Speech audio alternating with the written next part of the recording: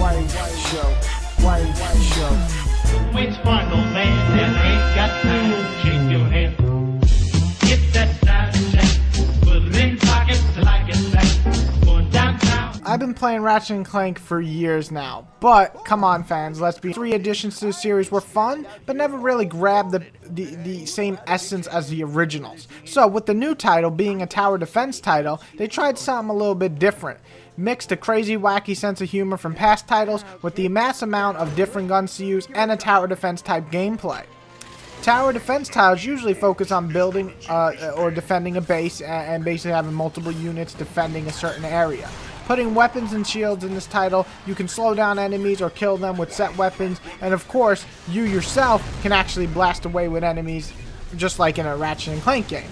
Also, gotta say, the other interesting portion is the game is mixing a level-based area where you'll go around and do platforming, killing such, like returning back to the old games, but still having to protect your base and so on. Using these two genres in one, does full frontal assault, which sounds very perverted by the way, work, or does it come up a little short-handed? Yes, I won't ever stop with these sex jokes. I mean, full frontal assault, come on. Anyway, let's get into it.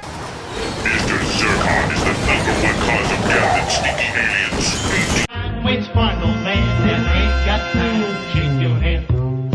Get that side check, put it in pockets like it's back.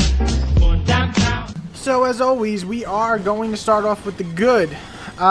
Despite being a side game, still has the heart of the old titles. You can play as Ratchet and Clank or the Crazy Captain and defend your home while using the lovable weapons from past titles. Setting up a base can be a little bit tricky because you'll want to spend your points pretty wisely in this title. Setting up the wrong turret based on certain enemies can also make defending your base very difficult yet fun. Your time? These invasions were devised to get us off the ship.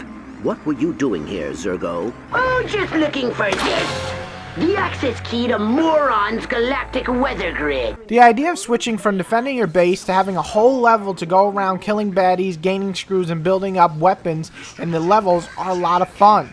It's a cool idea, though not perfect, which I'll get to in a minute. The level up feature of the weapons though is back, and it's of course as fun as ever. As they are getting stronger, they are getting newer, better attacks, and they also even look different. Just like past titles, this is a feature that I always really enjoyed in Ratchet and Clank. Now the bad. The game isn't nearly as pretty as the main two titles that were previously out on the PS3, or not even All for One, which is a little odd. Still saying that, it's not ugly, but the severe lack of polish that we get used to in these titles is just not there. However, it is a $20 game, so I can't bitch that much, right? I personally thought the idea of mixing platforming and killing in a level with tower defense could have been amazing. However, the way they set it up is just not, well, perfect. Everything is preset and limits you to what you can do in every level. Very limited. And sure, by the end there are definitely more options, but the game doesn't present it till the end of the whole game. Kind of defeats the purpose, which means it's basically a gigantic tutorial so you have to, use all the different weapons and have real fun defending the base, because that's what tower defense is all about. Also like to note that the enemies come back and they come to your base far too often instead of having checkpoints, so you'll basically usually have to run back to the base every 2 seconds, and it's just kind of annoying. And I love tower defense games. The end result of every level is almost the same too. Go through the level, kill the baddies, gain a new weapon, get to the end, beat the big bad. Go back to the home base for one final defense stance. I mean, it's just a simple formula, and it doesn't change much, which kind of sucks, especially coming from a game like Orcs Must Die, where they do change it around and send different types of enemies from different portals. So I was a little disappointed here, I'm going to be honest. The ugly is the platforming. It doesn't really feel all that refined. At times the camera would flip out and I fall off a ledge that just wasn't there. Get stuck in these like tiny boxes and then it would explode when I move away from it. Silly things like that just really feel lack of polish, which is sad seeing as this is a Ratchet and Clank title and that should not happen. Danger. Reformatting device under attack. Wait, Frontal, man, then ain't got time to shake your head.